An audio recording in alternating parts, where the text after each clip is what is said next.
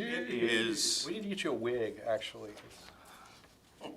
Don't tempt me. You're sitting by Lindsay too much. You're gonna have to Powdered wig. It'll be nice. It is There's one July on Nellis. 7th, 5:46 p.m.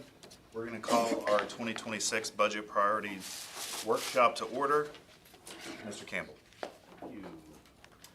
Well, thank you, Mayor and Council. As we do every year, we wanted to have this kind of kickoff meeting on the budget and tell you what we're seeing in terms of challenges, what we think might be coming down the pipeline, what we're seeing with appraisals, and just in general, these are very generally stated things we think are coming. A little more financially focused this time than we've done in the past, just because we do believe this is going to be a challenging budget year. I think it's going to be very similar to last year with some of the limitations. You remember last year we got hit with some things that really decreased some revenues. We still have some of that happening, obviously due to the senior tax freeze that we'll talk through a little bit. That's going to affect us, as we know, for many years. Interesting things are happening at the appraisal district in terms of the preliminary numbers we're getting. You've probably read about some of that. It's a lot more flat through Denton County this year in terms of the residential numbers.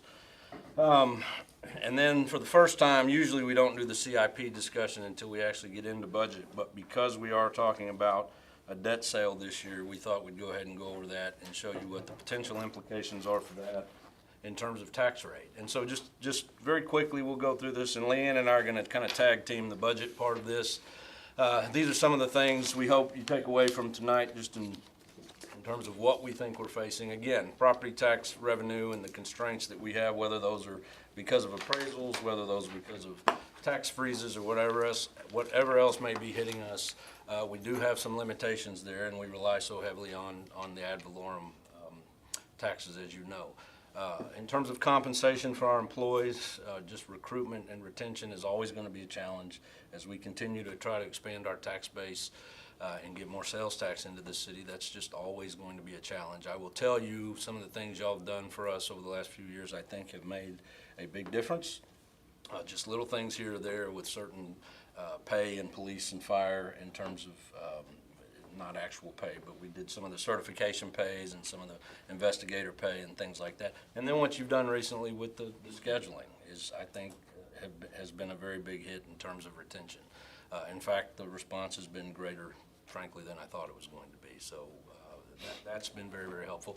We mentioned this third one just because it's something that kind of flew under the radar last year. It's not going to be a big ticket item for us this year, but this is something you should know about as we move on down the road in the next couple of years, and that is a bill that passed that requires us to continue to provide health insurance for public safety folks after they retire for 3 years. And that's something that wasn't talked about a lot last year, to be honest, and we didn't focus heavily on that. It would affect the fire department, though. So that's roughly probably $14,000, $15,000 an employee if you had 4 or 5 people retire. We're not anticipating that, but it could happen, and then when the police department gets over 50 officers, they would be subject to that too. And that's not saying that's a good bill or a bad bill, but it's a bill that affects us nonetheless. And so we mentioned that. Obviously, with the CIP stuff, we're going to talk about infrastructure investment needs. And we are watching the legislation. There are things that are being proposed already, as I'm sure you're shocked to hear, that could affect, in terms of adding programming to this budget, which I think in terms of ongoing costs is going to be a challenge this year. It's quite likely most of the requests we have that I'm reviewing right now for ongoing costs won't make it in this budget in terms of my recommendations, at least initially. One of the reasons for that too, however, not just the challenges we have this year, but what's coming. There is a bill proposed this year that the senior tax freeze, 65 and up, that they're going to change that to age 55. Well, that could have a pretty big impact on us. We're trying to run those numbers now. We have to go back and actually manually pull that because the appraisal district doesn't keep up with that, or the tax office doesn't keep up with that. But if we go from, 2,000 senior accounts roughly now at 65 and up to 55 and up, and we're getting word that they feel pretty confident, they being the tax office that Leanne has spoken to, that bill could pass. And so that could have an effect on us next year. And so those are just some general things we'd like to come out of tonight. As far as the process, we started this process, gosh, back in April, typically internally, when the department heads start submitting their budgets to Leanne. I, through May and June, meet with all the department heads and finance to go over their requests, whether those are capital requests or ongoing requests. And then I am in the process now, Leanne and I will finish this up early next week, where I rank all of those items. Capital requests this year, one-time money that, as y'all know, comes out of fund balance, over and above our fund balance policy. We're looking better than we would for an ongoing request that would be in the budget perpetually. So I'll have those ranked next week, and then you'll hear from the department heads starting at our first August meeting. And then that brings us to tonight, where we just want to kind of walk through what we're seeing, get your input. Are there things you're concerned about that you definitely want to see included in this budget? Are there things that you think we need to back off from? And then we will have a budget to you by the end of July per the charter. These are the dates. I think the good news here is we're not calling for any special meetings. Again, we should have the rolls from the appraisal district by July 25th, the certified roll, and then we'll get the budget to you at the end of July. On the 6th, we'll start talking about the general fund budget, go back over some financial overview, some of which you'll see tonight. That is the meeting we typically ask you to vote on our health care plan. We do that typically every year at that meeting. We're going to talk more about that tonight. That was a big cost we were looking at this year. We got some good news. It went from pretty scary to, let's just say, not so good. So we're looking at about close to $700,000 hit just on healthcare. But when we bid it out, when the renewals first came in and we got all the RFPs in, we were looking at about $1 million at that time. And so our broker did a really good job renegotiating with Blue Cross Blue Shield.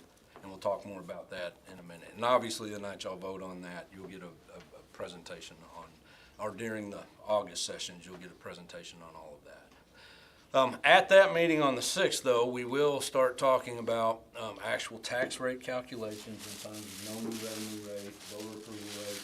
As you know, the senior freeze, and we're going to revisit that a little bit this year, triggered some things on how they do that tax rate calculation. And y'all remember last year, Heath, that'll be new stuff for you. Frankly, it was very new stuff for us last year. And it was something that Leanne and I neither of us had ever dealt with that before. And so it was a very interesting process.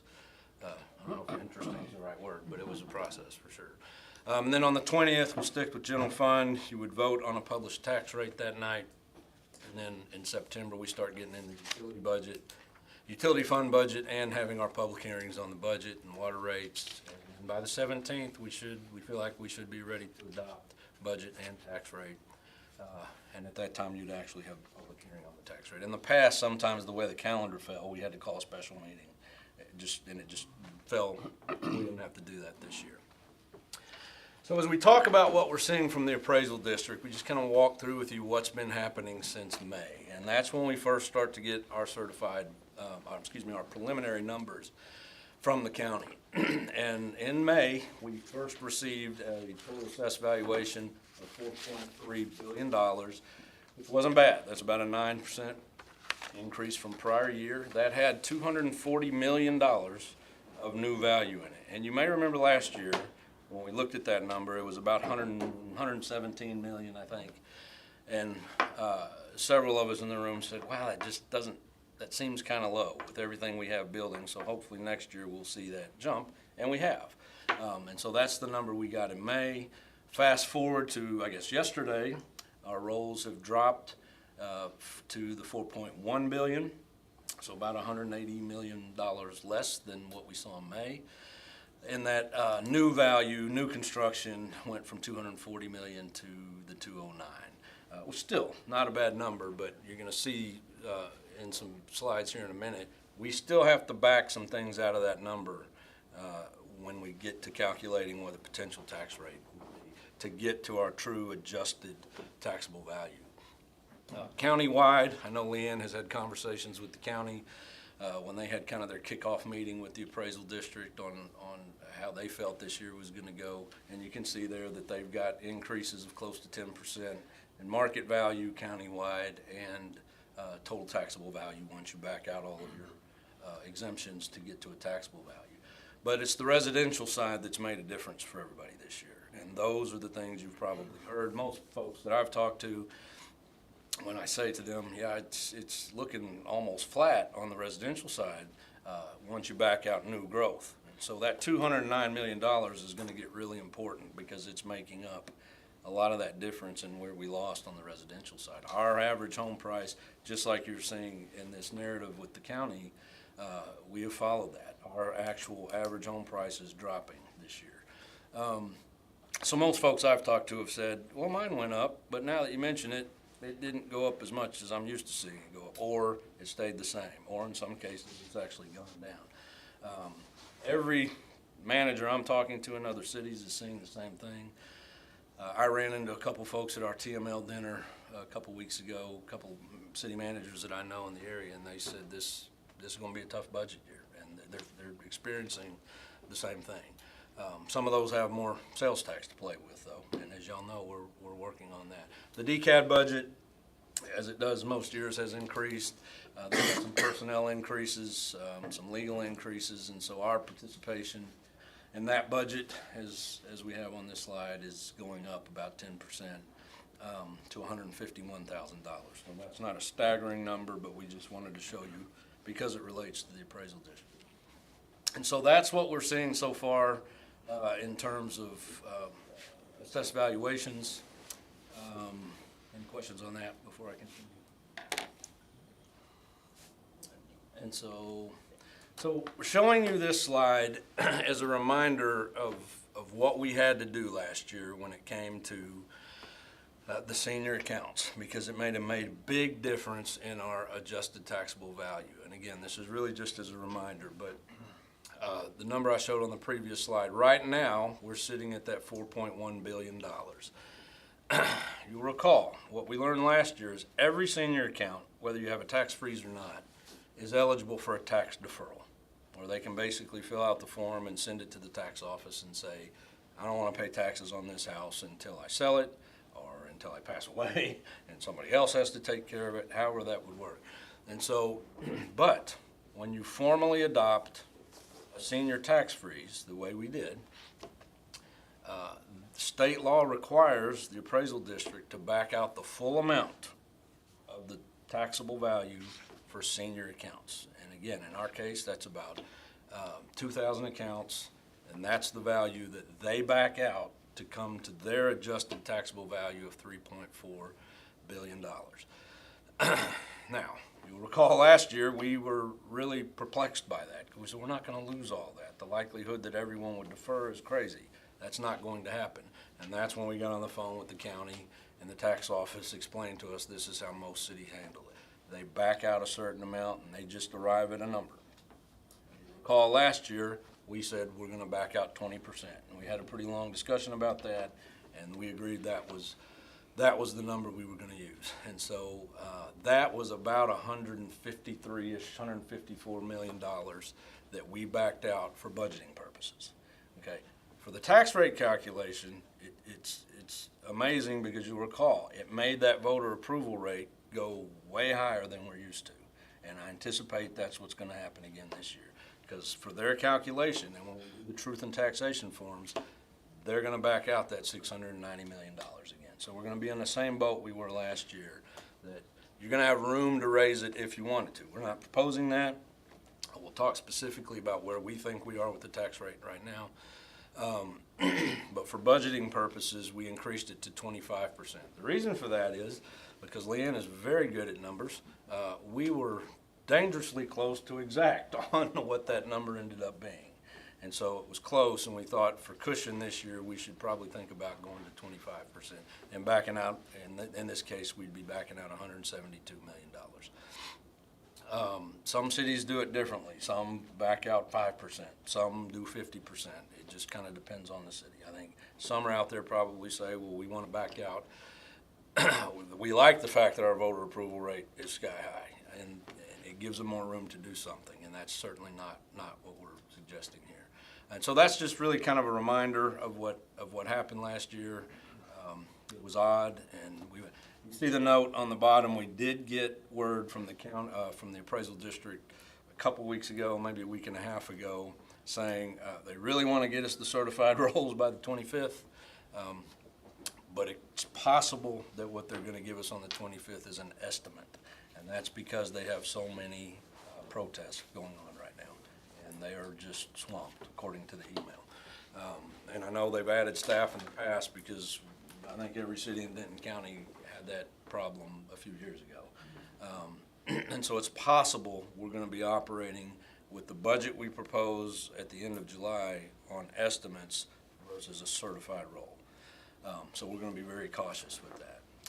Lan, on the right side, you can talk about what you're showing there on the. Yeah, and this is just basically the roll that we get from the appraisal district, and it shows your 416, and then this is the total value of your over 65.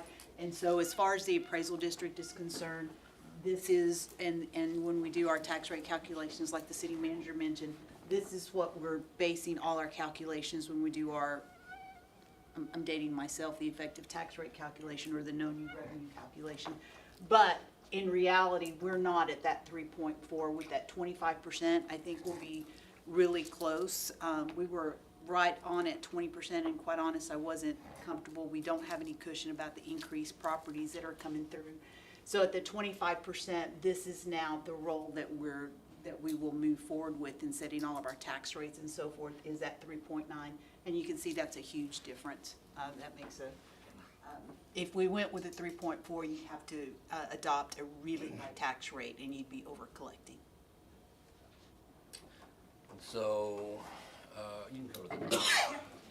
Click again. No, delete this right here. So I wanted to kind of show what the senior tax freeze impact had on our roll, and then what the tax increment had as far as your growth. So in 25, we didn't have a senior tax freeze, so we got our roll information. It showed that we had an 8.47% increase in value from the prior year. No senior tax freeze, so we were good. And then this is how much we contributed as far as value to TERS 2 and TERS 3. So therefore, we went from 3.65 to 3.62. So not much of a drop, right? We dropped maybe 1%. And so our growth from the 24 year to 25 was 7.33. Last year was the first year we had the senior tax freeze. And so now we started out, if we hadn't had any senior tax freeze, we would have had a 7.69% growth. With the senior tax freeze, we lost the 153, so that dropped our growth down to 3.48. And then when we contributed to both of these TERS, then it brought our growth down to 174 because we paid 50% of that value for those two to those different funds. So you can tell by having these two, we dropped substantially in growth. So when you start looking at your impact on your general fund, we were basically flat. There wasn't just too much increase in your revenues that were coming into the property tax side. So now moving into where our rolls are today. So we're starting, as Scott mentioned earlier, we're at 4.1, so that's a 4.49% increase. Once you take off your senior tax freeze information of 172 million, that drops your growth down to 418.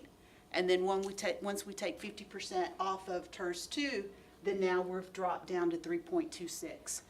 We still have 2 more weeks of getting information from the appraisal district. I actually expect that to drop probably somewhere between 2.5, maybe 2.75, so it will drop even further. And there's a couple of things that I wanted to note on this, is that by removing TERS 3, that would have added $107 million deduction in value. So this actually would have been flat. There would be absolutely no growth. So that was a great decision that the council made, and it allowed us to move $421,000 back to the general fund, which helped us in some of the discussions that Scott's going to have. The other thing that I wanted to note is that as far as the senior tax freeze is concerned, It actually reduced our general fund revenues by about 677,000 is what we're estimating for next year. And on the debt service side, about 263,000, so that's about $1 million. Last year, on the general fund side, it was about 400,000, a couple hundred thousand on the debt service side. So as you can see, each year, that's just gonna keep increasing. What do you think, I know this may require a crystal ball, but if they change it to 55, That could double. double. It's gonna be It could. significant. I was just looking at the demographics, that's 9.9% of the city is between 55 and 64. It'd be catastrophic. Yeah. But they're the majority of the property owners, Yeah. so it would be. Yeah, catastrophic. And I think there's another bill proposed that once your house is paid off, you and I. Yeah. No sales, no school tax, right? Well, right now, they're flirting with both, but is that once your house is paid off, then you don't have to pay taxes anymore. And so they've proposed both on one school, and then there's other folks that are saying both on the city and the school side. So, I mean, it's gonna be interesting. I have a contact that is on the legislative committee for right now that they're going through all the bills and various things, and they feel pretty confident that a version of that will get approved, as well as decreasing the increase that you can do every year from 3.5% down to, they're proposing 1%, but we'll see what that happens with that, so. So I think there's a couple of things that will come through that are gonna impact this even further. So, can we, Scott, you said something and it's written in here. I didn't know this. So, if you're 65 or older, you can defer your taxes, so you don't pay taxes until you sell your house? Dead. And so we have 2,000 senior accounts, and we have 19 of those. So Wow. it's not a big number, and I think the value of that was 60. About 60, Is it because people don't know that that's available to them? I'm sure it's a combination of Yeah, that. but why would, it's folks that can't pay, you I know, that think they it's have just- financial pressures, Yeah. and it keeps them in their home. Sure, right. We just don't have a lot of people here doing it. Yeah. You can keep going, you're fine. Oh. You're good. Do I have, I don't. Oh, do you No, want go to ahead, get you to this? take that one. That's fine. Okay. This is something that just another version to analyze the tax roll that we thought was very interesting, is that here's our new growth at 209 million. The decrease in your values from last year, so existing values that we had on the roll, they decreased about 32 million.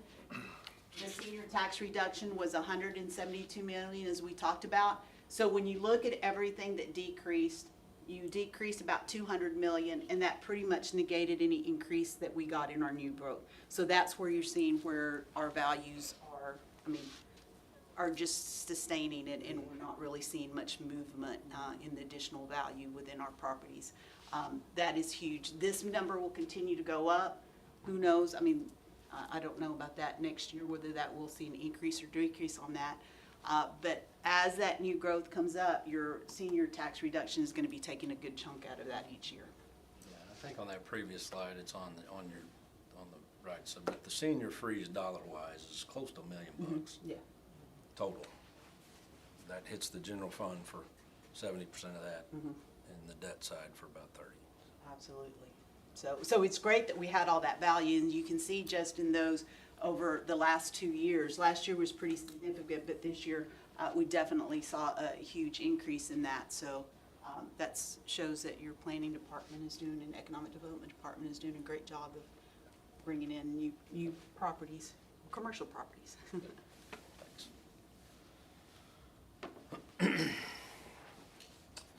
So as we talk specifically about things we've included in this budget and how they become challenging, number one is staffing. So if we look at, right now, we have included in our budget that we are preparing a 3% cost of living adjustment for all employees. And that is the natural progression for police and fire, no market adjustments. As a reminder, Heath, for you, we did, I think, in 22 and 23, maybe I'm thinking wrong, 23 and 24 fiscal year budgets, they didn't get just their natural progression in police and fire. the council approved pretty healthy injections of new revenue so we could do market adjustments to increase starting pay. We were not able to do that last year, and we're not recommending that this year. But we do have their natural progression in there. So if that 3% were to stay, and we unfroze the positions, we had 3 key positions that we froze last year that saved us a little over $300,000 that you'll see on a slide here in a minute. The bill on that would be about $1.5 million. We also have some increases to police and fire overtime. That's becoming more and more challenging each year. When Wendell presents his budget this year, Chief Mitchell will talk about, what is that threshold when it makes more sense to hire more officers versus paying overtime. That's not a simple calculation, because just hiring new people doesn't necessarily mean you're gonna see overtime drop. And it's because it's shift work, and we still have to cover those shifts when people are out, but he's gonna talk a little bit about that. Police and fire overtime everywhere I have been has been a challenge, and even when you add folks, it doesn't necessarily, it can affect it, but it doesn't make it go away by any means. And so I've asked him, when he goes over his budget, let's talk specifically about that. We do have some revenues that, obviously the TERS, Leanne mentioned just a second ago, that was I think just a huge move to do that. We need that money. The SRO situation has been weird. Last year, one of the items that cost us a lot of money was we had to take over full freight on the salaries of those SROs, because Denton said we're gonna handle it on our own. And so they were paying 100% of those salaries for, I think that was 2 officers. And so we had to take that. They have now reached back out to us and said, we think we need your help again. So it kind of keeps going back and forth on one of the schools. And so Wendell and I took a pretty aggressive approach and said, okay, we'd like a 5-year deal where you pay for 100% of it. Don't know if they're gonna agree to that or not. But if they did that, that would give us an injection of about a little over $100,000. We're not gonna go out and hire a new position. We have someone we could assign to that. So that would actually be new revenue for us. So the arrow next to the SRO is supposed to be another. That should be up, right? Well, actually, no, this one we, may say that, I can't remember what school it is, Crownover, one of the middle Oh, schools, I'm they sorry. pulled it, yeah, and so, So that's net. I apologize. But they did reach out to him Yes. for that. Okay. Probably be in staffing. Yeah, we could have put that up there. well, it's revenue coming in. It's still- It's revenue Oh, I coming. got you. That goes away. So what campus wants? I think it was Crownover, wasn't it? Okay. That pulled their SRO. I forgot And about so and so they pay us 75%, and that was the 75% of that salary. But if they do enter into agreement, then it would actually probably net out. We'd actually increase our revenues. And then we're gonna have normal inflationary items, and Leanne's listed just some of the bigger ones here. These aren't earth-shattering numbers, but these are things that we know are gonna go up some. And there's others, we just kinda hit what we think the bigger ones are. So on the vehicle maintenance, our lease agreements don't take care of maintenance? On the enterprise. Yeah, they do on some of them. And so if we have a few vehicles that we still own, and so for those, it's 100% on us. A lot of that vehicle maintenance on this that's going up is for your fire trucks and your engines and so forth, and those are not covered through our lease program. And so and right now we have, I believe, 2 ambulances that are getting close to end of life or exceeded end of life that we're kind of still keeping on. And so those are costing us a little bit more on maintenance. And so that's, the fire department is where we've actually increased that. And so when you talk specifically about wages and benefits, here's just kind of a further breakdown of what we're talking about. Those together, about $1.1 million, $1.5 million, I mean, if we unfreeze those 3 positions, you're back to your $1.5 million in cost. But again, this includes the 3-step natural progression, 3% natural progression for public safety. And I won't read all these to you, but this basically just kind of shows what that breakdown is of the compensation package and we are recommending a COLA. and one of those reasons, when you see on the health insurance, again, when they first came to us, that number was closer to $1 million. I think our broker does a very good job. Watt has a great relationship with them and works really hard with them, and I do feel like they provide a very good service to us. Honestly, we might have been able to go down a little bit more had we gone to a different provider. The problem with that is they always come back and get you the next year. And they were really concerned, yep, they might be able to beat this. And let's say you could get it for, $525 instead of $625 if you went with Cigna or something. And I've experienced this so many times where we would switch, because I had a very small budget in some of the other cities, and we'd switch, and then next year they would come back and get it, and I would regret. And so for that reason, he's recommending, and Watt is recommending, that we just stick with Blue Cross Blue Shield. But part of this is also, for the first time, we're asking the employees to contribute. We pay 100% of employee only. And then we pay toward, and then they start paying toward dependent coverage. But we're asking on employee only that they pay $26 per month to help mitigate this. And so back to the 3% COLA, that's gonna help offset that. I don't love that. I don't love it that a raise is going to, but it kinda is what it is. And that to me is why the cost of living is important this year. But that's just kind of the breakdown of health insurance and the compensation that we've got in there today. If we back out those three positions, and we'll talk more about that, this is just kind of a breakdown of, we talk about one-time requests and ongoing requests when you add up all the funds. On the general fund, one-time requests, we're doing better. I think a lot of those we'll be able to address. Again, I'm ranking those. You have a healthy fund balance. We will have money to do some things over and above our fund balance policy like we do every year. The ongoing cost of $216,000, however, I think it's going to be tough when we're sitting here, because I'm about to go over a slide where we're looking at making cuts to try to mitigate the effect on the tax rate. And so I just think it's going to be a very tough year. That's that first key takeaway, to start adding new programming right now. Again, reevaluating the one-time requests, and then you can just kind of see the breakdown there of the type of request we're getting among all of these departments. And so when you add them all up, you got a total of $4 million of new requests. General fund, where things are going to be tough just because of the ad valorem situation. And so again, when you hear from the department heads, they'll walk through with you what all those requests are. God, I have a question before we go to another slide, on the slide before this one, just because I want to make sure I'm not missing something. Under public safety, where it says non-sworn, it's a 3% cost of living increase. And then under public works and general pay, it says 3% average cost of living. So is cost of living and average cost of living two different increases? Merit, I didn't take average out. When we originally had the, I'm sorry, no, it should say, the word average shouldn't be in there. We originally had it as a merit.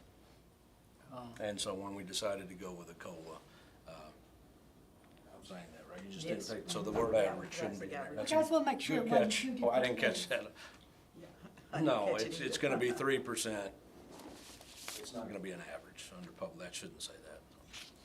Either at it or under the general plan, either.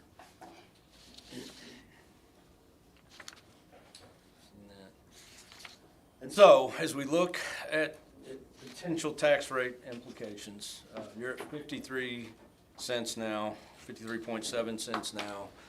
That was a 2-cent increase last year. As we run the debt numbers, and we're gonna go over CIP tonight, if we were to go forward with the debt sale that we're recommending, which is about $10.8 million, you saw those projects it's been a month ago. Glenn went through them just a little bit, and we'll go through them again tonight. We moved some of that around, but we would need 15 cents on your debt service rate to service our full debt if we make that sale.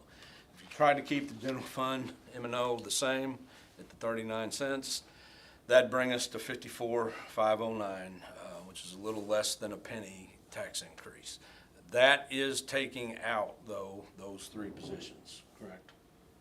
That, No, they're still in. they're still right in now. there, They're okay, still in they're at still this in there, point. I couldn't remember if we Yeah. took that out.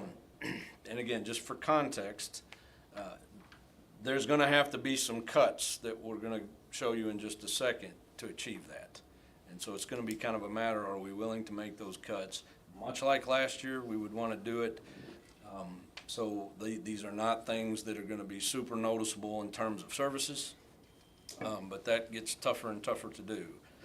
I'll give you an example. The 3 positions that we froze last year, we were able to do that. I think we were able to do it without, from a public view, except for one, there wasn't a whole lot of notice of that.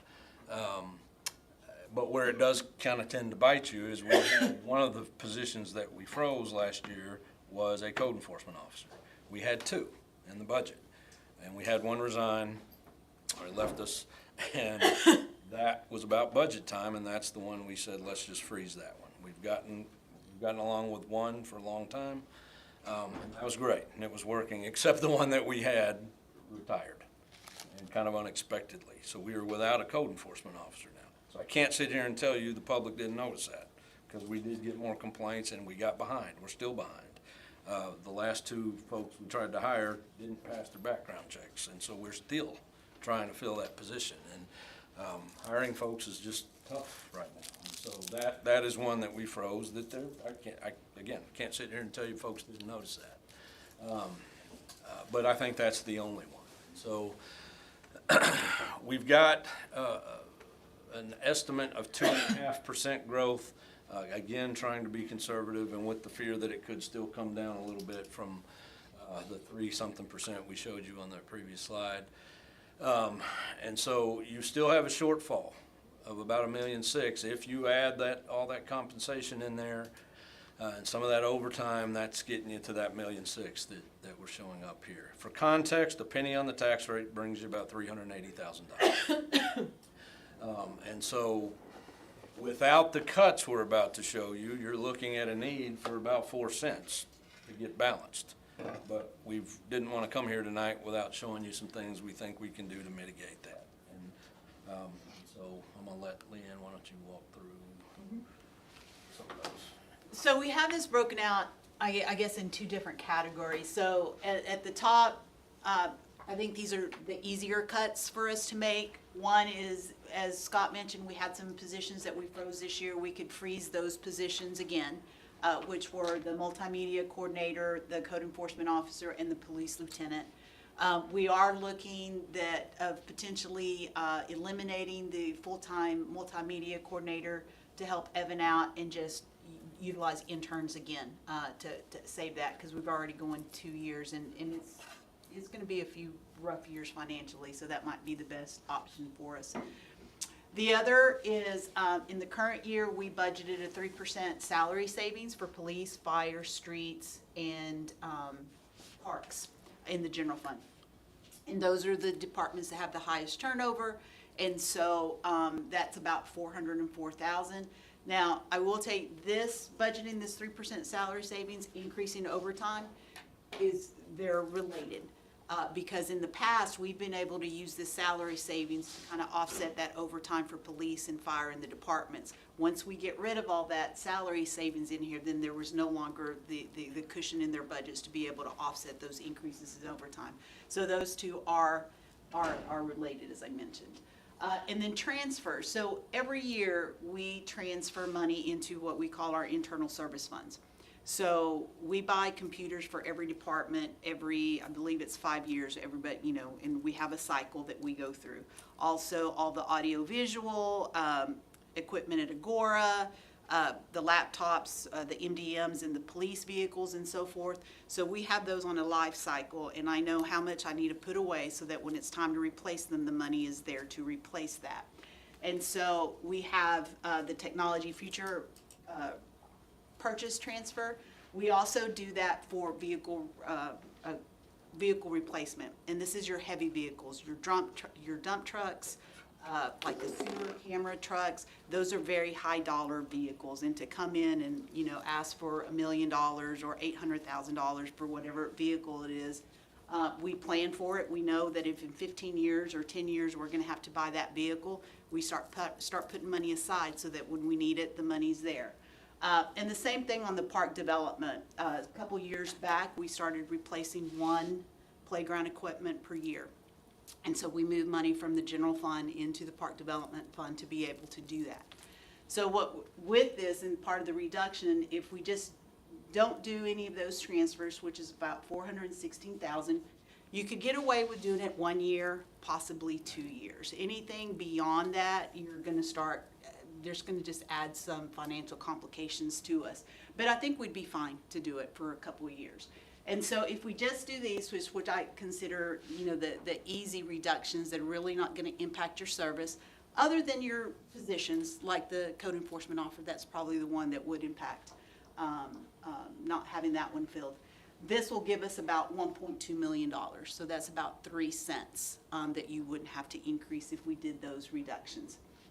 The other thing that we did is we went to all the departments, all the department heads and said, we need you to go in and look at your departments and see where we can cut that is not going to have just enormous service implications, but areas where that we could go in and possibly reduce for a year.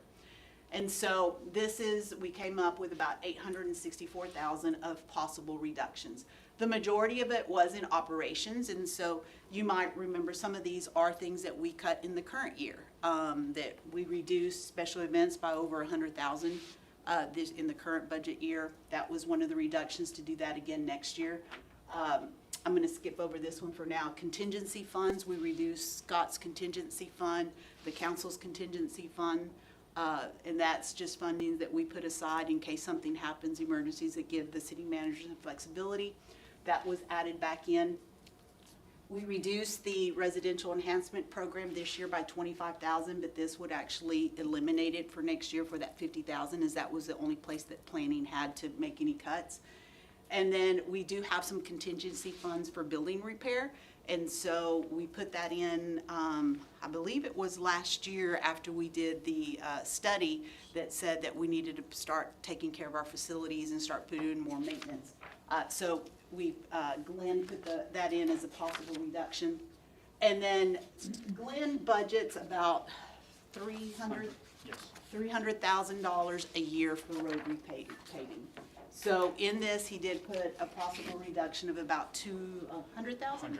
100,000, so it would just defer some of those projects to the following year.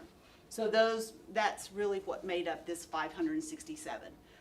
And then we had some others, like professional service fees were the next one, so it was just, and I think that Glenn's already done this. They've kind of scaled back on janitorial services so that we're not cleaning the buildings every day. We're now down to, I believe, 3 days a week. And then being able to scale back on maintenance, some of our consulting services, and then again, the spam grant, if that comes through, then we could eliminate some or reduce some in the city manager's budget. So this is what I call the not so easy reductions, but we could make it through a year and that would reduce about $864,000. I would like to state that we can reduce these for a year, but you're going to have to replenish these at some point in the future. So, but we can make it work for a year, possibly two, because at some point, some of this is going to start affecting services. Unless, there's some programs, like the residential enhancement program, that's in what we call an enhanced service. That's not something that you had to replenish. So there will be some decisions in going through that the city manager could go through to decide what needed to be put back in. But in total, this is about $2 million of budget reductions that we've identified that we could offset some of that gap. So the code enforcement, they're gonna freeze, we'll have one, that's just the one we've already frozen, right? We'll freeze it again. Yeah, we're trying to fill the other We'll one. have one. Yes, ma'am. Okay, and they only do code enforcement, they don't do anything else. Correct. Correct. That's what I thought. And And then sorry, go. the professional fees under consulting services, what consulting services would we give up? There were some engineering fees, some, like for tech, they have some consultants that come in to help us when we're putting in new systems and so forth, so some of that was in there. And I believe there might have been some consulting services in planning, I can't remember exactly. But it was just kind of widespread through all the departments. And then the training, is that like our employee training to help? Yes. Some Yeah. departments, that's the only thing that they have, that. Where they could cut. They could cut. But will that hurt us? To not train them on things they need to be Well, I trained think, on? I think again, these are things we're at some point gonna come back and say we want back in there. We were just trying to mitigate the impact on tax rate the best we could. Nothing in there. There's not a lot of fluff in our budget. There's just not. And I know y'all know that because you're stewards of this budget, but, it's just us going back and saying, if you had to cut somewhere, where would you go? I'm curious, with the freezing headcount and offering more OT to employees, how does that impact satisfaction? Like, are people like, hey, awesome, I can make more money, or are they starting to get fatigued? And maybe that's a question for Glenn, I think, because you got, such a large headcount, and then maybe for public safety. Yeah, I'm not freezing any though. I'm not freezing any positions. Okay. Where OT comes mostly from fire and, Public safety. Fire. Yeah. yeah. They told me they They like like it. the opportunity. Most of those guys, yeah, I mean, Okay. if they have an opportunity Okay. to make some overtime, typically they'll. I So don't part want, of the goal is to, as these new developments come online, that some of this, as far as revenue, we'll have more revenue, so, I mean, that's the goal. I mean, but you get more people taking freezes, that's gonna be, like, Lord, it doesn't take 2 steps forward and 12 back. well, no, I understand. Scary. Yeah, and there's cities out there, like some of the folks I've talked to, I've talked to Flower Mound recently, and I've talked to, I ran into Highland Village while I was at the dinner the other night, and just the comments. I know they've come in and said, look, I need 4 cents, 3 cents, or we have to cut services. This is just something that's happening in a lot of places right now. I think I read Denton is back to no raises, no, so there's some that have it way worse than us, there's Yeah. some that it just, but again, until we start getting some of those revenues you're Yeah, talking right. about, I think this is gonna be a challenge for a few years, I really do. The salary savings, that's mostly from like unfilled positions, and so if we reduce it that much on the salary savings and we increase the OT by the 200,000, are we, what if we fill all those positions, are we still good? Can we transfer that over and we're Gucci? Like if we fill the positions and we don't have salary savings of that, That's why we've increased their overtime. That's why we went They'll up be on good. them. so the overtime would be able to compensate, 'cause, like it would be able to fill, if that position was filled and we didn't have those missing days, the OT would cover that instead of overtime. Okay. It's just in the past, we've just used the salary savings. Right. To cover any overages on overtime. Yeah, it's just semantics. The money's there either way. Okay. I got another question, since you highlighted the park development future purchases, so I've taken part in those playground designs, it's really fun, by the way. But the first 2 years that I took part in that, we used an approved vendor, and this is the price, right? We spent X amount of dollars. This year, we did competitive, but we took 2 competing vendors and said, this is what we're willing to spend, what would you give us for it? See where I'm going with that? So is there opportunity, using that one as an example, to do more true competitive bids, going out to RFP and saying, this is what I need to have and what will you charge me, rather than this is what I have to spend? Does that make sense? So by law, anything that's over 100,000, we have to competitively bid.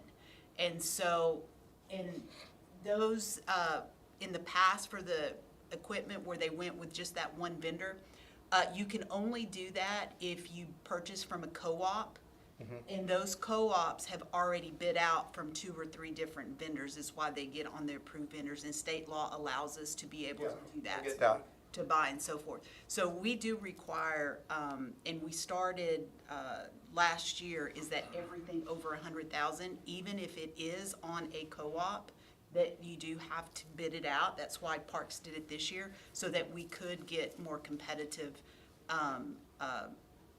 value, I guess, for all of our projects. But the way it was presented to, at least to the KCB board, was that this is what we're spending, and we've got these two competing vendors to do the design, right? It wasn't like a true bake-off of these guys saying, well, this, you know, where they are really, you know, haggling over how much value you could get for your money, or lower pricing, right? There's Wasn't a price limitations. competitive. There's limitations, because when you do, on the purchasing laws, depending on how you bid it out or how you publish it, sometimes you have to go with the lowest bid.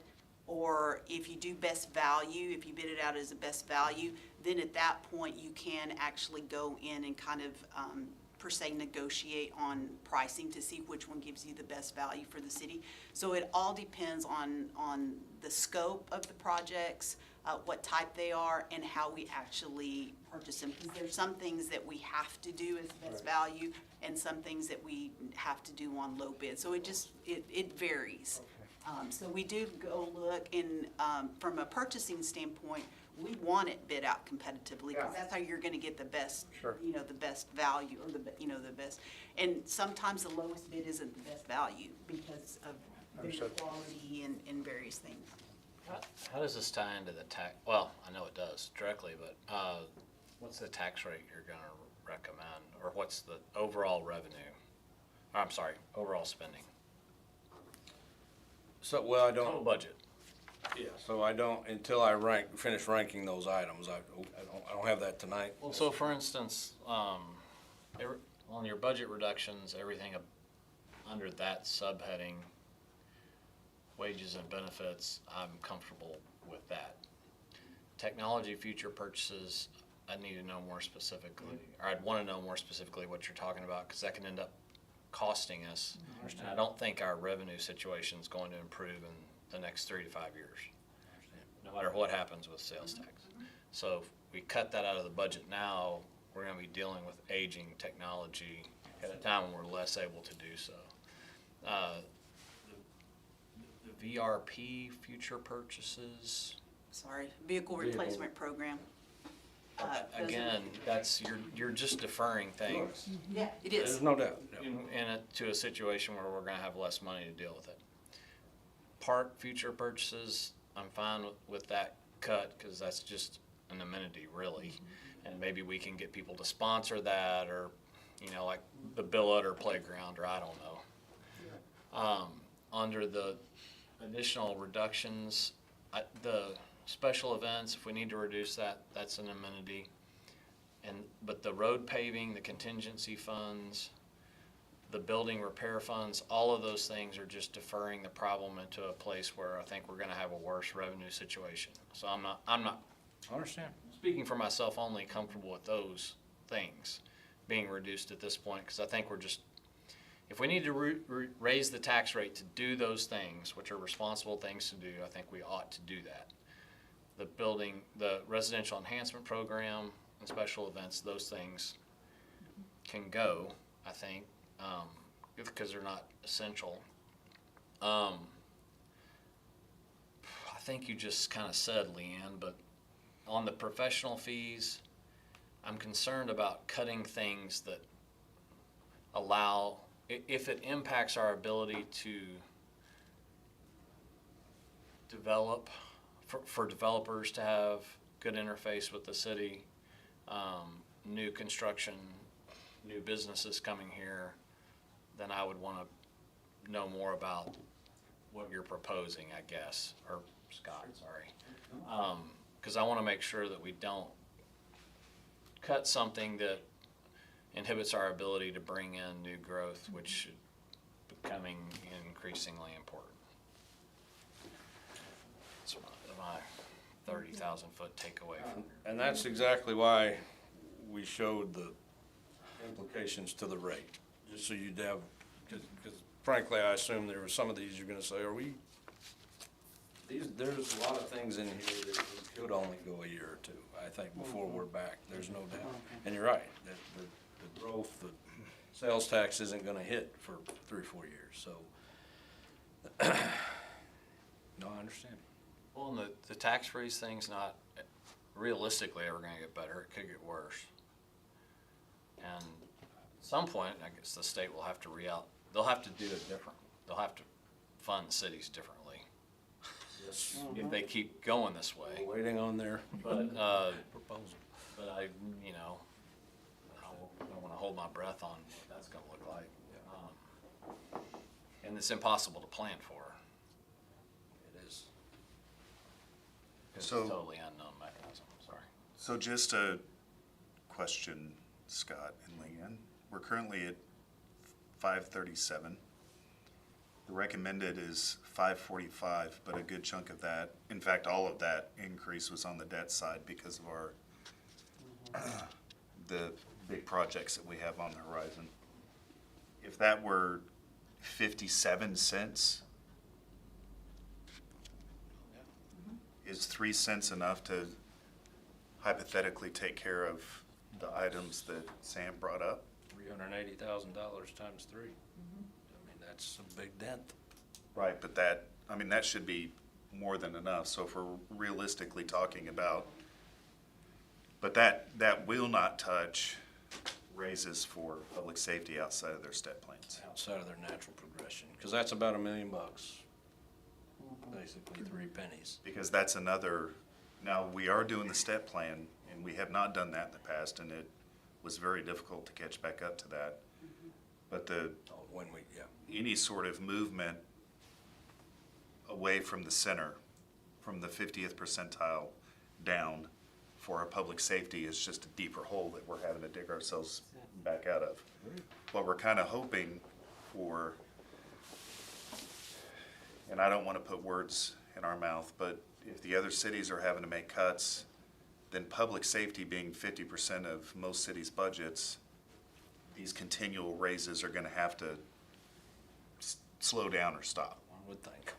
I right? don't know how they could continue to. That's Well, they right. can't. Unsustainable. We're starting pay for some of our police and fire, not ours specifically, but in the DFW market are getting Yeah, and we're, One- doctorish and lawyerish. Yeah, like 120. Yeah. we're gonna be, and I'll tell y'all now, without knowing what they're gonna do with compensation for police and fire, we're gonna be at the bottom of our survey. It's just, of our survey cities. It just is what it is right now. And we've talked about that in the past. Y'all put as big a dents as we could put in it on the market adjustments. But it's just, it is tough. I think on our survey cities, Gainesville was the only one that was below us, and particularly on fire. They don't even have, they're all firefighters. They don't even have firefighter paramedics on their Right. plan. So I'm not even those sure are they should be- all Right. things that if we keep kicking down the road are gonna be tough doubt. No to doubt. catch back up to. We just So- didn't wanna come in here without No, I showing you understand. the bad places we can cut. To satisfy, my question is, if we look at a 2 to 3 cent, you could tell us which one of those items Sure. that would cover, at least on the cuts side, so that next year and maybe the year after, we could be a little more focused on, it was road repaving, contingency funds, building repair funds, landscape maintenance, possibly consulting, Sam? Did you bring that up, consulting? Yeah, what are those services in Ariam related to, engineering reviews or other services that we? All development. And tech. And so if we could just get a little bit of a breakdown to find out how much, because it may be a smaller portion of an otherwise larger share. My quick math wrong, if we're at $1.5 million, Remember last year? we're at $1.5 million shortfall. Conversation. Right at $1.6 million. $1.6 million shortfall, 3 pennies gives us $1 million bucks. It gives almost 1.2, right, at 3. So you'd still be a few $100,000 400.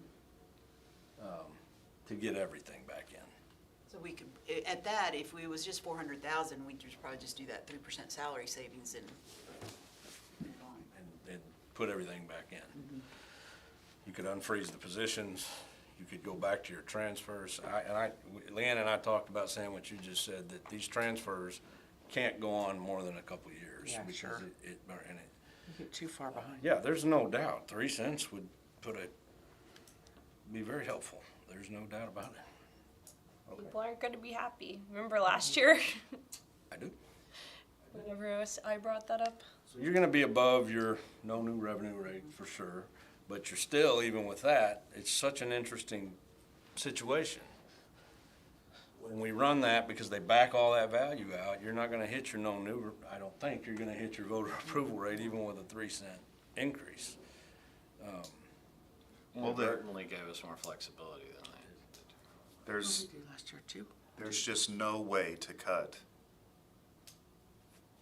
15% or to freeze 15% of the property owners in Corinth, freeze their taxes and have it not affect the tax rate. Oh, it's $1 million. So even talking to county and talking to some of the school boards, they said you can go right back and see where this happened to us. Tax rates were dropping, dropping, History of dropping. that, yeah.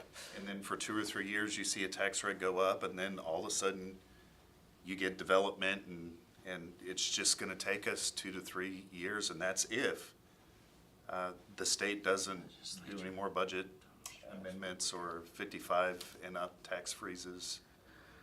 And when I've met with the state officials that I've had a chance to talk to about this, I've just said, look, I know it's the buzzword there now at the state, it's property tax reform, and you know, how much property taxes are they really saving people? Okay, we could probably debate that all day. I've got but I said to them, look, you guys have been very vocal about the cities you're mad at. The Austins, the Dallas, the San Antonio, these big that you think are doing things. Forget them. I don't have the sales tax. And those that I know, when Bill was still mayor, we met with a couple different, and told him, said, what would you do if you were me? And I said, look, I know you gotta vote yes, I'm gonna be honest with you. I said, you're not gonna vote against something that is couched as property tax reform. It's the buzzword at the state level, right? But can you just give us some population help and say it's only for cities Right. 30, whatever, 40,000 and above or whatever? Because I don't have the sales tax. And I am last on the list in compensation for police and fire. And I gotta be able to pay them. And it's just, so go pick on the city.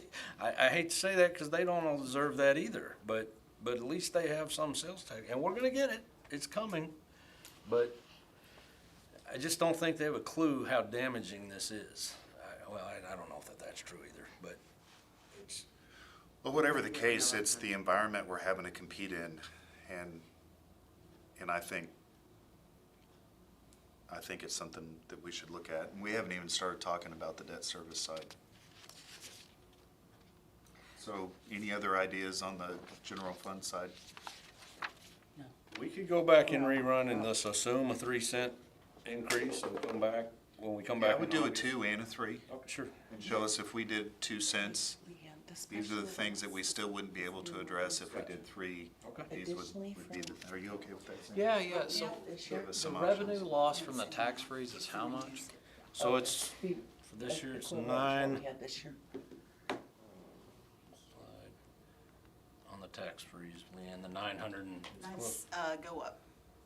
Keep going, keep going, keep going, keep going. Oh, sorry, wrong way, the I was other going way. wrong. I'm dumb. Is it the one that says senior tax freeze reduction? It was like 977 or something like that? No, this is 172,536. Okay. More? I'm sorry, it was back. Another one. Loss of, okay. Right here. Right there, $940,000. Just this year? $677,000 to the general fund. And that's loss, that's loss of taxable value, it's not loss of revenue. No, that's the revenue. That's revenue we would have gotten if we didn't have the freeze. 100, Depending on what we set our tax rate at. Right. True. Yes. I mean, That's No, good assuming- point. I didn't want This to. was last year? it's always the gain. It is. I mean, I understand. Oh, I see, yeah. I don't see. But the value was, And what you guys are running I mean, is in other 2 words, we cents. I'm sorry, go ahead. You're good. What you guys are running is 2 to 3 cents on top of the 1 cent increase for the debt service. Is that what y'all are wanting? So what we're doing is shifting the tax from old people to young people. that's exactly. I mean, 100% what's happening. 100%. So We knew that was gonna happen. That's how it works. there's a couple things I think we need to start communicating. One, here are the services that we're pretty sure are dedicated to our older population. And those would probably be mostly fire visits, EMS. Yes, sir. So here's the firefighters we employ. And here's the revenue, and here's the taxes that are being paid by our citizens 65 and younger that we are no longer paying. So here's what's been shifted. It's not that we can't, if you want us to respond so that you don't die, here's what, You fall down. here's what that cost is that is getting paid by someone else. 80-year-old guy. You're right. You know, and I don't, there's a much more tactful way of saying that. If you fall down, you want somebody to pick you up. So 677 is at our current tax rate Right. is what the tax freeze On the side. removed from revenue. Senior tax Is rate. what we're projecting. Oh, I see it, got you, on the general The fund. general fund and 260. So to make up for that, you'd need 2 cents increase. 2 cents on Yeah, And, exactly. and I've been doing this been listening to these things a long time. Leanne doesn't. I could not do it. But if you talk about these things in tax rates, no one knows what you're talking about. I understand that. You're right. The communication, in my opinion, has to be, here's the revenue at the rate we would have charged that would have been paid by these households. We still have to pay for these services. You know, we can have a conversation about whether or not we should have any more park amenities for our kids or these other things that we're cutting. But here's the costs that we know are focused on our older population. And all that you have done is move that tax burden from you to the younger population. And I guess one question I have, is that a political statement that we're not comfortable with the city making? Or is that just Well, it's informational kind of? The bottom line is that the citizens voted, and these are the ground rules. I think what you're getting at, Sam, is that we're here trying to figure out how not to increase the tax rate. And of course, this has come off 7-8 years of cuts, like trying to have a very lean budget. So by the time we make it to the senior tax freeze that our voters voted for, there's not a whole lot of cuts left without affecting services. Sure. That's correct. Right? But when we can link it back to the 2 cents that we would need not to cut the essential services that our residents will start noticing within a year, 2 years and a half, that 2 to 3 cents equals exactly the 677 plus the 263, which happens to be the senior tax freeze. And so I think we've come full circle all the way back to there's not enough room in the budget to cut a senior tax freeze away. No. The tax you rate can't. will have to increase That's right. the amount that the senior tax freeze affects the budget. So it's not a moral or value judgment politically, it's It just, just it's is. just lines Here's on a what it is. ledger.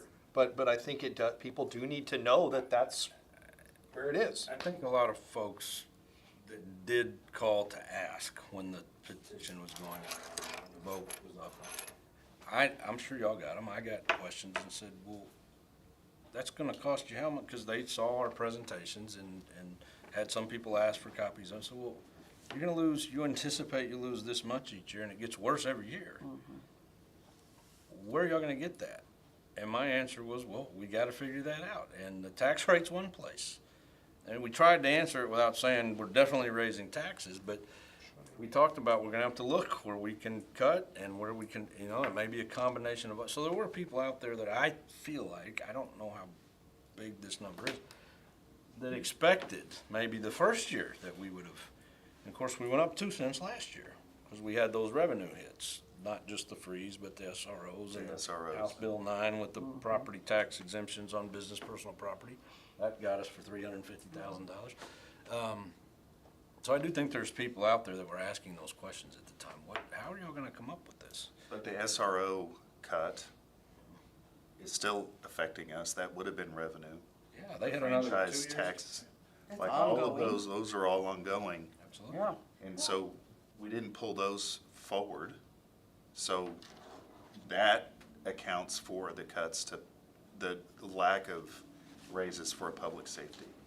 What I get concerned about, which is why I'm happy we're at least looking at that 2 to 3 cent increase, is I don't think residential properties, they're going back up next year. I think we're kind of at the front end of a softening of the market, and we have some state changes. And so anything that we're not taking care of this year, we may find ourselves in a situation next year or the year after where we just can't.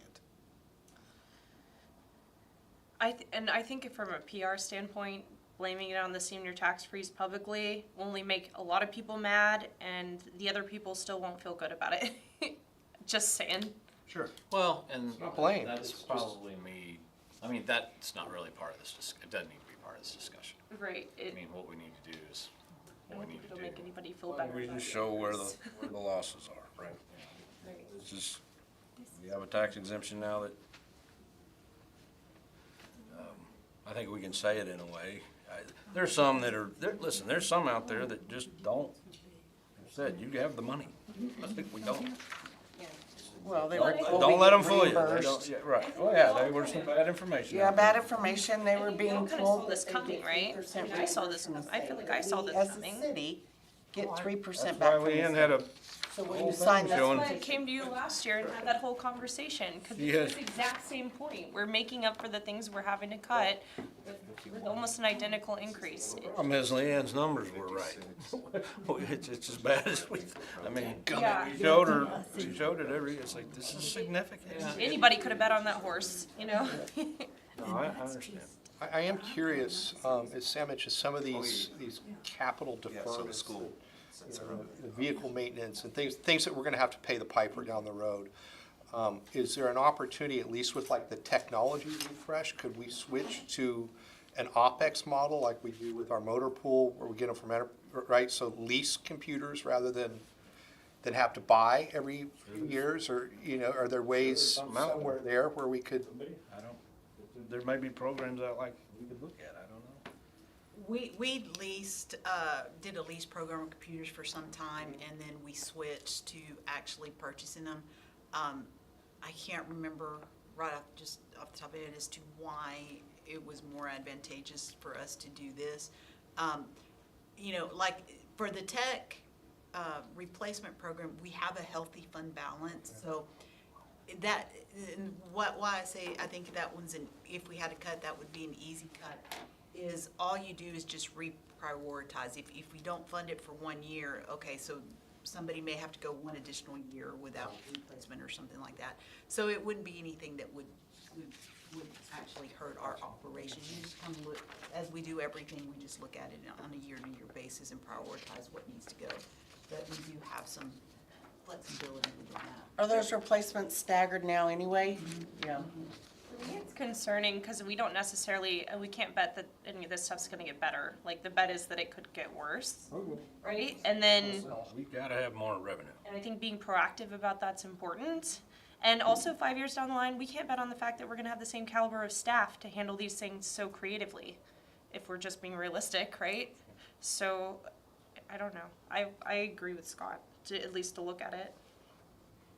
See what it looks Oh, like. I think that's very helpful. I mean, we always wanna come in here with where we can mitigate. Cause you were thinking 2? Y'all were thinking 2? Stressful. I think we were at just under, well, you had the penny on the debt side. Yeah. And it was just a matter of, if we make all those cuts, I think we could have kept it at the 1.5 cents. Well, then if we get a few years down the line and we're like dripping in sales tax money, you know, like Hickory Creek, we can take another turn. So at 56 cents, because that's what we published for tonight's meeting, the 2025 proposed rate. which is different than what's in our presentation. No, those are last year's number, and legally, anytime the budget's discussed, and so there's a footnote down at the bottom that says, hey, those are last year's numbers, council hasn't decided what rate you're gonna publish. Well, I think it's fine, because at 56 cents, it's, still comes out to $2,300 a year for the average homeowner, which means that the proposed at 53 cents, and we had 51 cents posted here, so the increase that we're talking about per homeowner that's not taking advantage of the freeze is gonna be somewhere between about $150 a year. Is that about right? That's what we had published last year. Remember that. Well, and we had values, there's some, We can run that. I mean, this is the requirement. sure. The state says we have to post this on there anytime we talk about budget. Yeah, so the point is, if we can get the average, what this would mean for the average homeowner in Corinth at the 2 cents and at the 3 cents. Well, the median home value, I think you said didn't change. Went down a little. It dropped by Went 10,000. down about 10 grand. But this included new values, there's no, I mean, it's probably not apples and apples, but it can't be that much different. Yeah, we looked that up. We didn't put it in here, but it was about 10,000 bucks. This was is this last year's? Yeah, so this is median was 415, so you look at it's probably a little over 400,000 this year on the median. 405. Yeah. And a few more households to split it over. Do we know how many rooftops we added this year? I do not. We've got it. In planning, we'll have an exact number. Well, I tell you what, one thing's for sure, that if 10 years ago we hadn't have decided to start developing some things in Corinth, we would be Much worse. in big trouble right now. We would be in big trouble right Yeah. now. We added a couple of things. There's a gaggle of them. All right, so CIP, I tell you what, we got one slide on, you want to throw that utility slide, Leanne? Real quick. Just kind of an update. You've seen some of this, but did I go too far? No, okay. So when we presented the rates, I believe the last council meeting, we showed that we had a deficit of close to 200,000. Now we're about 61,000. It doesn't change how much we need to increase those rates. But what happened is we did get our Upper Trinity numbers, and they did not increase as much as what we thought they were. So instead of the 6.5%, they increased it 3%. However, when I received their financial outlook, they are still showing 6.5% increases in the future. So I do have that in the long-range financial projection. And so by doing that, we were able to not only decrease this, but we also had some cuts to their budget. We were able to reinstate those back into the Public Works budget, so we won't have any cuts, and our deficit is manageable. And actually, we're probably at even because I haven't made the adjustments for health insurance on the utility side yet. Higher number in there. Yeah, I had the higher number, so with the rates that we proposed, which is, down here, this was the impact to those, we should make us pretty much at a wash there. Yay. We wanted to bring some So good good news. news. Some good news. Okay. You want to jump into CIP real quick? And y'all saw I do have one closed session item I need to cover with you real quick, so we'll go through this fast. Are we doing this? This is next. Oh, yeah, well, so that's on a separate agenda item. If you want to close out item 1, we'll move on to item 2. all right, so we'll close out item 1. Item number 2 is receive a presentation, hold a discussion, and give staff direction on the capital improvement program. Don't worry about that. Mr. Campbell. Turn it over here. So we have looked at our CIP for the next 5 years, which by charter we have to provide that, or the city managers have to provide that in July. When we look at the bonds unissued, so this is how much we would need to issue to able to fund it, because we're not able to cash fund all of it. So we are looking at about a $10.8 million bond sale. When we spoke last, we said we might be doing one this year, and we try to get it under the 10 million bankers limit so that we could get some discounts on it. Unfortunately, at the time, I did not take into consideration that we just leased a $1 million fire truck. And so that impacted that amount, because with your leases and everything, it has to stay within that 10 million. So it would have been a very, very small issuance. So with this, we would do the issuance in February of next year. Now, if things change within your legislature in May or June, or that we start seeing that maybe we want to do something differently or do another debt issuance, we could always do another one later on. But for this, we are looking at February. The most of this is, for your CIP, is mostly in streets. We've got a lot of streets. It's $33 million within the 5 years that we need to kind of do some improvements to. And this also implements the drainage pay-as-you-go program. When we increase the drainage fee by $1, then that's going to allow us to do a lot of those capital projects and pay those in cash. So, Glenn, do you want to go? Do you want me to go over the Yeah, projects it's again? council, I think they've seen this. These are the projects that comprise that $10.8 million. We can walk through each of these. I don't want to, it's up to y'all. I think y'all have seen this. These Yeah, are the we've been over projects it. we've, that's true, you haven't seen these, so we can walk, you want to just run? Yep. Is that okay? You just run through them? So Meadowview Pond dredging, you know about that one from KCB. That's the pond just has silt, so it's not holding what it should hold for flooding downstream. The Red Oak Lynchburg Drive channel, that is the part of the FEMA project that we took out. So that's that project. The Meadowview retaining wall rehab, that came from the facilities assessment. When they walked the park, they noticed that the retaining walls were failing, and they estimated about $400,000 for that project. The asphalt repair at the parks, if you've been to Fairview Park, the asphalt there in the community park, those are the bad ones. Firehouses, This is just land acquisition to put ourselves in a position to make some moves on the fire department. Y'all know the goal has been to move Station 2 to a more centrally located spot. We hope to have a closed session here pretty soon and talk about some areas we'd like to focus on for that in terms of purchase. And ideally, if we do that and end up moving Station 2, there's going to be a need for more coverage on the west side. And so there's some areas off, oh my God, Lake Sharon, was it Lake Sharon? Where the church is that we talked about for a potential spot, yes, Lake Sharon. There's some spots over there for a potential Station 4 at some point.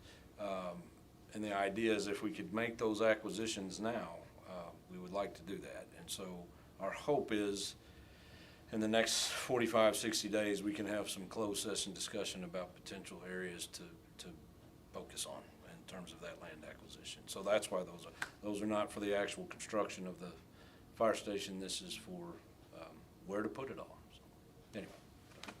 Knoll Park, he talked about that one a little bit, where they're going through that one right now. So that's just the next park on the list. It was originally built in 2005, so well past its life. The boardwalk replacement at the community park where the fountain is, that is falling apart. There's, it's becoming a safety hazard. Garrison Street project, we need to, correct me if I'm wrong on this, we need to fund the 1.7 million up front. So, but the county's paying for most of that. Post Oak Drive street repair, we're actually, do you just want me to go over the bonds? Or go over all of them? Why don't you just hit the ones that are part of the bond sale? Okay. and those are all the ones from the bond sale. The rest, we've got proceeds somewhere else. Good job, Glenn. Yeah, so on these, if there's savings in existing projects, we'll just look there first to see if we can reallocate it to projects. And there's some things that you'll see in the budget that will actually do some, as new budget requests out of drainage, the park development, and the impact fees to fund some of the other projects. So, well, I was trying to end this really quickly. Okay, so looking at our debt service, so taking that CIP, that 5 years, we're looking at issuing that 10.8 this year.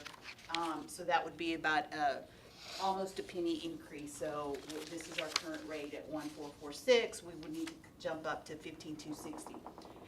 If the projects stay in the year that's been identified, if that's the priority as we get to those, you would need about 1.6 cents on the tax rate in '28 to be able to issue that additional 20 million, another 2.4 in '29, and then 1.7 in 2030. So all in all, you're looking at about a 5.74 cent tax rate increase over the next 5 years just to fund that capital improvement plan. Now, there's some assumptions. This assumes that we're gonna do the 3% annual growth in AV value. We just looked earlier that right now we're kind of looking at 2.5%. So any changes on if housing prices continue to decrease and so forth, then that could affect the assumptions here. But historically, you know, we kind of average 3% over, you know, the ups and downs. So that's kind of what I've used in that. And this also assumes that we're going to continue transferring that $429,000 that the economic development will continue paying for the debt service on the Agora Park. So we did have some debt that rolled off. This is the existing debt in 28. So that's going to help offset some of that. But again, you're looking at some pretty significant increases to be able to fund it. As we do every year, each year when we get into the budget, we reprioritize those projects and we look to see how much we can actually fund. You know, are we able to fund a 1.6, you know, cents or 2.4? And that will be some discussions that the city manager will make, along with the council, to determine if some projects need to be pushed out and reevaluate those on an ongoing basis. So when we adopt the budget this year, you're only looking at the impact on 2027 in those projects that Glenn went over earlier. Any questions? Just means we're gonna have to reprioritize every year. I mean, it is what it is. It's not, but we didn't wanna not show you those identifications. There's a lot of needs out there. And this is just general fund impact. You know, you do have when we went over the water rate study, the impact on the rates, those were associated with a lot of the infrastructure needs that we need on the utility side as well. Sorry. Sounds good. I think that's it. I think that's all we got on the questions, I have a please. question, but please. it's not directly related, it's kind of related. Because I know I didn't get that email back until today, so I wanted to, about the processing fee, not to beat a dead horse, but I know in the email, it did say that like we're spending about $318,000 on processing fees and transactions right now. But you said not all of that, like some of that would still be an obligation. Do you know how much? So with our current provider, every time we do any type of online process, you have the credit card processing fee, and then for our financial system, it is per a transaction fee. Sure. I still think that the increase from us absorbing that fee is around $100,000 cumulative of everything. An increase of how much we're bringing in from, increase what? I'm sorry, was your question is what the increase is from Oh, being so we would- absorb in now? Right, okay, so if we passed it back through, we would still spend $100,000 out of the $300,000. Oh, no, you would still spend about over $200,000. Because of, we wouldn't be able to pass that through to them. 200,000 of the 300,000 we could not pass back to people who are opting to use cards. Well, I guess, yes, you could pass that along back to your residents if you wanted to. For those that chose to do cards instead of like ACH where there's no fee. Online. Online. If they come in person, then we cannot charge that too. So it's a convenience fee that you can only charge to residents that are actually going to our website. You know to how do many that. come in person to use a card? I don't it know a- that on the top of my head. I'm just saying 300,000, like I was alarmed at that number that, you know, and I was spending over $300,000. That's 1 cent on the tax rate, right? Like almost, it's 60,000 less, but it's getting there, you know, that's a good chunk of that for us to be spending on processing fees, which are optional fees. So I just was trying to investigate that. So one thing is those processing fees are not on the general fund side. Yeah. Those, because with the only credit card fees that are in the general fund are for planning. And so for all our development, we do pass that on because when someone comes and pays with a credit card, they're paying $10,000-$20,000. And so that processing fee can be pretty significant. So on the planning side, we do pass those on from an ordinance side. This is on the rate side, so this affects your utility rates, not your tax So that's rate. where we had to do the $7 a month increase because of the $195,000 difference we had to make up on the water side. Is that where? Well, actually, we don't have a difference anymore. It's That's kind what of she was we just went showing, through. that number's Yeah. come way down now. To the 60,000? Because I thought you said with the rate increase that we're gonna be adopting, it's the 60,000 is what's left, or that's before we increase. We won't have to increase, or we'll increase less. So right now, on the slide, it did show 67, but I haven't made the adjustments for the savings in health insurance and all these other benefits yet. I had only made, because we just got those numbers late yesterday. And you feel like it's gonna come down even Yeah, more? yeah. Okay, so the increase won't be as significant because it's come down that much. Yeah, there's really not gonna be an impact. I think we're gonna be, Able to stay the same. yeah, because you might recall at the last meeting, we were gonna do some reductions to their budget. Okay. We don't have to do that now because of some of our expenses have come down. Okay, cool. So we're not looking at an increase there. She's asking if you increase the water bill. Oh, the water bill, rate. yes. And the water rate increases are due to your infrastructure needs. We've got a water tower, there's a lot of infrastructure that we're gonna have to issue debt for in the coming years. And so we've got to start increasing those fees so that we can pay for that debt service. So how are those unrelated? Those are like because you're saying that obviously the processing fee isn't in the general fund, it's on the utilities side. And we're doing the increase because of infrastructure, that increases to the water bill. How are those, so those are unrelated. If we reduce the cost of the processing fees out, that wouldn't impact the water rate going up. That wouldn't be able to go towards the infrastructure costs. I mean, that amount is really small I just think it's an amount. insignificant amount. I Okay. think It that's is the a number very you ran, we were there, and said insignificant- it was the difference in. Well, it wasn't I even can't $7, remember. it was I mean, pennies. that said, I mean, I get an email every month about my water bill, right? I mean, couldn't we make an awareness campaign? Hey, switch to ACH and help your community save some money? I mean, it's That would costs be- nothing.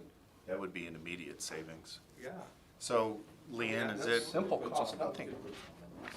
if she still has questions over this, is that something that you and her can? And if she has something she'd like to propose, then we'll be talking about it soon and, When we get back into the water fund. okay.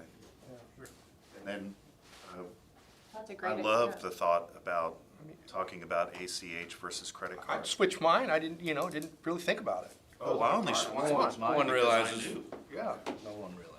So whenever somebody signs up for an account, the staff, they do encourage them to sign up for ACH versus credit cards, and also to sign up to receive electronic bills instead of paper bills, because It's cumulative, it adds up, yeah. Send those out. We have done some campaigns throughout the year where we, push out to say, hey, go to e-bills, go to this. What a lot of folks, they prefer the credit cards because they can control when the money comes out of their bank, versus ACH, they can't control it. We take it out on a set date, and sometimes they don't know exactly when that date is. And so that's always been, from the staff's perspective, that they've told me why folks typically choose credit cards versus the ACH is because I don't know if I'm gonna have the money in the bank. when And that the makes sense for people who are real budget conscious, but for a lot of people, it's not a pain point. That could even be a Is something you mentioned the mayor's minute I or something? plan on mentioning Yeah, that. I think when that we would be talk about great. rates next. It's not just budget conscious, some people just don't have it.